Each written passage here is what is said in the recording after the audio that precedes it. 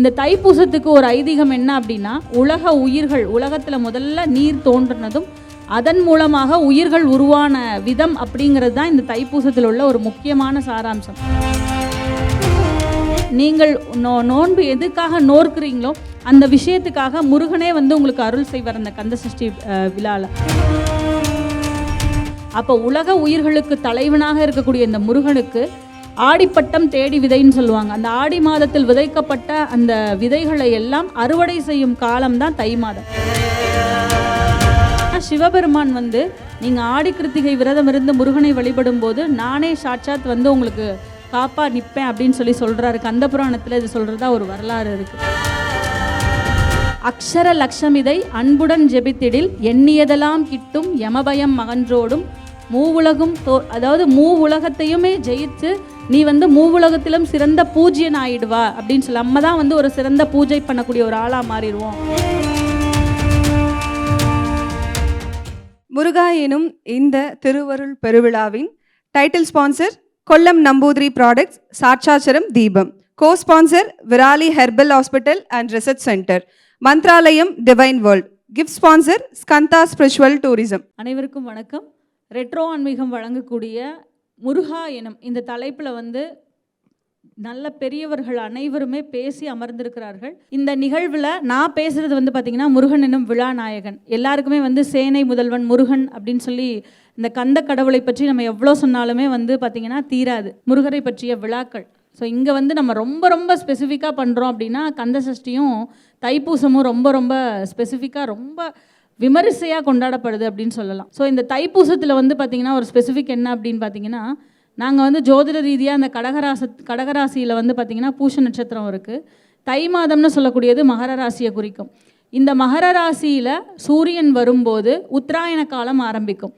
அந்த உத்தராயண காலம் ஆரம்பிக்கும் போது தை மாதம், அதாவது மகர மாதத்தில் வரக்கூடிய அந்த சூரியனும் அதற்கு நேர் ராசியில் கடகராசியில் இருக்கக்கூடிய சந்திரன் பூஷ நட்சத்திரத்தில் வரும்போது தான் இந்த தைப்பூசம் கொண்டாடப்படுகிறது. இந்த தைப்பூசத்துக்கு ஒரு ஐதீகம் என்ன அப்படின்னா, உலக உயிர்கள், உலகத்தில் முதல்ல நீர் தோன்றினதும் அதன் மூலமாக உயிர்கள் உருவான விதம் அப்படிங்கிறது தான் இந்த தைப்பூசத்தில் உள்ள ஒரு முக்கியமான சாராம்சம். அப்போ உலக உயிர்களுக்கு தலைவனாக இருக்கக்கூடிய இந்த முருகனுக்கு ஆடிப்பட்டம் தேடி விதைன்னு சொல்லுவாங்க. அந்த ஆடி மாதத்தில் விதைக்கப்பட்ட அந்த விதைகளை எல்லாம் அறுவடை செய்யும் காலம்தான் தை மாதம். அப்போ அந்த தை மாதத்தில் எல்லாருமே என்ன பண்ணுவோம், புது பொங்கல் வச்சு முருகரை வந்து ரொம்ப சிறப்பாக வழிபடுவோம். சூரியனுக்கு எப்படி பொங்கல் கொடுக்குறோமோ அதே மாதிரி முருகருக்கு வந்து அந்த அறுவடை பண்ண எல்லா பொருட்களையுமே வைத்து வழிபடக்கூடிய விழா தான் தைப்பூசம். அப்போ அந்த தைப்பூசத்தை வந்து ஒரு சிறப்பான ஒரு விழாவாக எல்லாருமே எடுப்பாங்க. ரொம்ப அதே மாதிரி பிரம்ம வித்யா அப்படின்னு சொல்லக்கூடிய வேலை வந்து அந்த வேலுக்கு பேர் பிரம்ம வித்யா. அம்பிகை வந்து முருகருக்கு அந்த வேலை வந்து சூரபத்மனை வதைப்பதற்காக கையில் கொடுக்கப்பட்ட நாள் கூட அந்த தைப்பூச நாள்னு தான் சொல்கிறாங்க. அப்போ அந்த தைப்பூசத்துக்கு அவ்வளவு சிறப்பு இருக்குது. சொன்னோன்னா இன்றைக்கி இந்த பதிவே பத்தாது அப்படிங்கிற அளவுக்கு தான் இருக்குது. அடுத்து வந்து பார்க்கும்போது பார்த்திங்கன்னா, நான் இன்னொரு விழா சொன்னது கந்தசஷ்டி பெருவிழா. இந்த கந்தசஷ்டி பெருவிழாவை எல்லாருக்குமே நிறைய பெரியவர்கள், ஆன்மீக பெரியவர்கள் பேசிகிட்டே இருக்காங்க, நிறைய சொல்லிகிட்டே இருக்காங்க. இருந்தாலும் இந்த கந்தசஷ்டி பெருவிழா வந்து எனக்கு ரொம்ப அணுக்கமான ஒரு விழா. எங்கள் குடும்பத்தில் எல்லாருமே வந்து பார்த்திங்கன்னா அந்த 6 நாளும் வசந்த மண்டபம்னு இருக்கும் திருச்செந்தூரில். அந்த வசந்த மண்டபத்தில் போய் பாட்டிலாம் இருந்தப்போ அங்கே தங்கி அந்த விழாவை வந்து நோன்பு நோற்று எல்லாருமே பண்ணுவாங்க. சின்ன குழந்தைங்கன்னா நாங்கள் ஜூஸ் குடிப்போம் அந்த மாதிரி. ஸோ முடிந்த அளவு வந்து நம்ம தமிழ் சமூகமும் சரி, நம்ம இந்து தர்மமும் சரி சொல்கிறது என்னென்னா, பெரியவங்க, உடம்பு சரியில்லாதவங்க, கர்ப்பிணி பெண்கள், இவங்கெல்லாம் வந்து இந்த விரதத்தை வந்து ரொம்ப முழுமையாக எடுத்து ஸ்ரத்தையாக பண்ணுங்க, வேணான்னு சொல்லலை. பட் உடல் உபாதை உள்ளவர்கள் அவ்வளவு இதாக வந்து இதை பண்ண வேண்டாங்க. உடல் ரொம்ப நல்லா இருக்குது, ரொம்ப யங்காக இருக்கும், எனர்ஜெட்டிக்காக இருக்கும், இன்னும் எனக்கு நிறைய விஷயங்கள் வேணுங்கிறவங்க இந்த கந்தசஷ்டி விழாவை வந்து முன்னிட்டு அந்த 6 நாட்களுமே முடிந்த அளவு பெரியவங்க என்ன பண்ணுவாங்கன்னா, ஒரு தண்ணீர் வச்சு அதில் மிளகு போட்டுருவாங்க. மிளகு எதுக்காக அப்படின்னு பார்த்தீங்கன்னா, அந்த உடம்பு வந்து பார்த்திங்கன்னா நம்ம நிறைய விரதம் இருந்து அந்த உடலுக்குள்ளே இருக்கிற அந்த சக்தி அது அப்படியே வந்து ஒன்றுக்கொன்று வந்து எரிக்க ஆரம்பிக்கும். நம்ம உடம்பில் இருக்கிற தீய விஷயங்களை எரிக்க ஆரம்பிக்கும். அதே நேரத்தில் நமக்கு என்னென்னா, ஒரு நேரம் நமக்கு சாப்பிடலைனாலும் கூட அந்த உணவு எடுக்காதனால உள்ள கேஸ் வந்து லாக் ஆக ஆரம்பிக்கும், நிறைய உடல் உபாதைகள் வர ஆரம்பிக்கும். அப்போ இந்த மிளகை நீங்கள் வந்து தண்ணியில் போட்டு அந்த மிளகு நீரை அருந்தும்போது உங்கள் உடம்பில் இருக்கிற மற்ற தொந்தரவுகளை எல்லாம் இந்த மிளகு நீர் அகற்றும். அதே நேரத்தில் நீங்கள் நோன்பு எதுக்காக நோர்க்கிறீங்களோ அந்த விஷயத்துக்காக முருகனே வந்து உங்களுக்கு அருள் செய்வார் அந்த கந்தசஷ்டி விழாவில். அதனால் அதனால் சூரபத்மனை வதைத்த அந்த கந்தசஷ்டி விழாவில் நம்முடைய ஆணவம், கண்மம், மாயை அப்படின்னு சொல்லக்கூடிய எல்லா விஷயங்களையுமே முருகன் வந்து எப்படி சூரரை வதைத்து தனக்கு வந்து அந்த ஆட்கொள்கிற விஷயத்தை பண்ணுறாரோ அது மாதிரி நமக்குமே அதை வந்து பண்ணுவார். அப்படிங்கிறதுனால இந்த கந்தசஷ்டி விழாவை சிறப்பாக இந்த 6 நாளும் வந்து யாரெல்லாம் நோன்பு நோட்டு இருக்காங்களோ அவங்களுக்கு எல்லா விஷயங்களும் கிட்டும் அப்படிங்கிறது தான் ஐதீகம். அதே மாதிரி ஆடி கிருத்திகையை பொறுத்தளவு வந்து பார்த்திங்கன்னா அந்த ஆடி மாதம் வரக்கூடிய கிருத்திகை ரொம்ப சிறப்பாக சொல்லப்படுது. ஸோ இந்த பொதுவாகவே வந்து கிருத்திகை, அமாவாசை இது ரெண்டுமே வந்து பெரியவங்களுக்கு நீங்கள் தர்ப்பணம் பண்ணுற இந்த விஷயங்களை வந்து பண்ணணும்னு சொல்லி நம்ம சமுதாயம் சொல்கிறாங்க. அப்போ இந்த கிருத்திகையிலையுமே அதே மாதிரி தான் நம்ம வந்து ஃபாலோ பண்ணணும். ஆடி கிருத்திகையுமே ரொம்ப சிறப்பான ஒரு விஷயம்.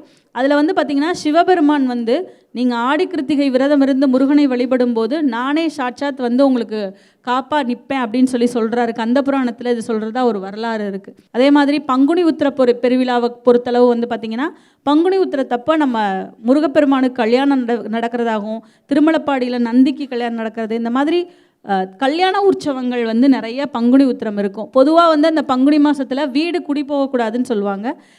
ஏன்னா அது ஜோதிடப்படி வந்து 4 மூலை மாதங்கள், அதாவது மிதுனம்னு சொல்லக்கூடிய ஆனி மாதமும், புரட்டாசின்னு சொல்லக்கூடிய கன்னி மாதம், இந்த பக்கம் தனுர்னு சொல்லக்கூடிய மார்கழி, அதே மாதிரி மீனம்னு சொல்லக்கூடிய பங்குனி, இந்த 4 மாதங்களும் மூலை மாதங்கள்னு சொல்லுவோம். இந்த மூலை மாதங்களில் பார்த்திங்கன்னா நிறைய பெருவிழாக்கள் எடுப்பாங்க, தெய்வத்துக்கு நிறைய வழிபாடக்கூடிய விஷயங்கள் எடுப்பாங்க. அந்த மாதங்களில் நீங்கள் வீடு குடி போகும்போது அந்த வேலையை திருப்பி செய்ய வேண்டி வரும். ஏன்னா அதுக்கு பேர் அந்த வீடுகளுக்கு வந்து ரெட்டை வீடு, அதாவது 2 விஷயத்தை அதை திருப்பி நீங்கள் ரிப்பீட் பண்ணுற மாதிரி வந்துருங்கிறதுனால அந்த நேரத்தில் விழாக்களை முன்னெடுத்து முருகப்பெருமானுக்கு ஒரு திருமணம் அப்போ நம்ம என்ன பண்ணுவோம், கோயிலில் சுவாமி கல்யாணம் நடக்குதுன்னா எல்லாரும் அங்கே தான் போவோம், நம்ம மற்ற விஷயங்களை பண்ண மாட்டோம். அதுக்காக இந்த பங்குனி உத்திர பெருவிழா வந்து நடந்ததாக ஒரு ஐதீகமாக இருக்கிறது. அதே போல் நம்ம இன்னும் அப்படி சொல்லணும் அப்படின்னு பார்த்தீங்கன்னா வைகாசி விசாக பெருவிழா, இது ரொம்ப ரொம்ப சிறப்பான ஒரு விழா.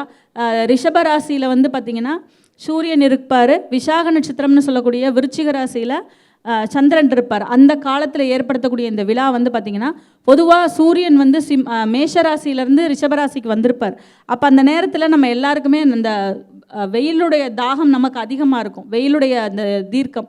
அப்போ அந்த நேரத்தில் முருகப்பெருமானை என்ன பண்ணுவாங்கன்னா திருச்செந்தூரில் அந்த ரூம்குள்ளே அப்படியே அந்த தண்ணீர் கட்டி அந்த தெப்பத்தில் முருகருடைய அந்த உஷ்ணத்தை தணிக்கிறாங்க அப்படின்னு சொல்கிறாங்க.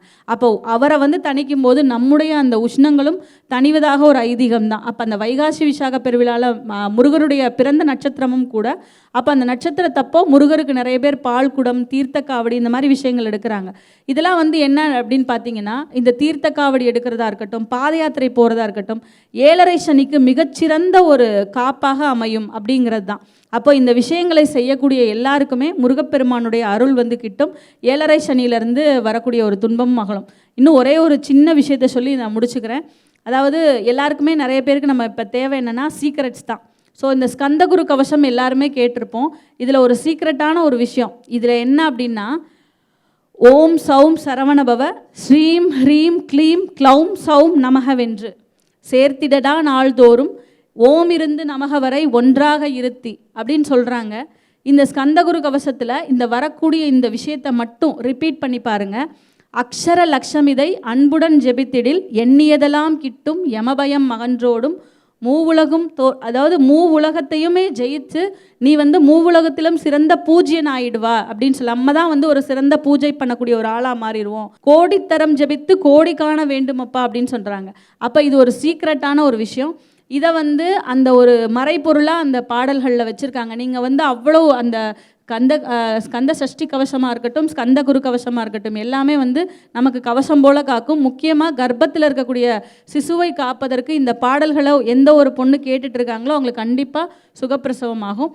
நான் சொன்ன இந்த ஒரு மந்திரத்தை, அதாவது ஓம் சௌம் சரவணபவ ஸ்ரீம் ஹ்ரீம் க்ளீம் க்ளௌம் சௌம் நமக, இந்த இதை வந்து நீங்கள் லட்சம் உரு, எந்த ஒரு மந்திரத்தையுமே லட்சம் உரு போட்டுட்டீங்க அப்படின்னு சொன்னால் எதற்காக வேண்டுறீங்களோ அந்த தெய்வம் உங்கள் முன்னாடி வந்து நிற்பார். இது சத்தியம். அப்போ முருகர் வந்து உங்கள் முன்னாடி நிற்கணும், நீங்கள் வந்து உங்களுக்கு அவர் எப்பயுமே காப்பாக இருக்கணும்னா இந்த மந்திரத்தை லட்சம் உரு போடும்போது நிச்சயமாக முருகர் வந்து நமக்குள்ளே வந்துடுவார். ரொம்ப இந்த ஒரு சிறப்பான ஒரு விஷயத்தை எனக்கு கொடுத்ததற்காக ரெட்ரோ ஆன்மீகத்துக்கு நான் நன்றி சொல்கிறேன்.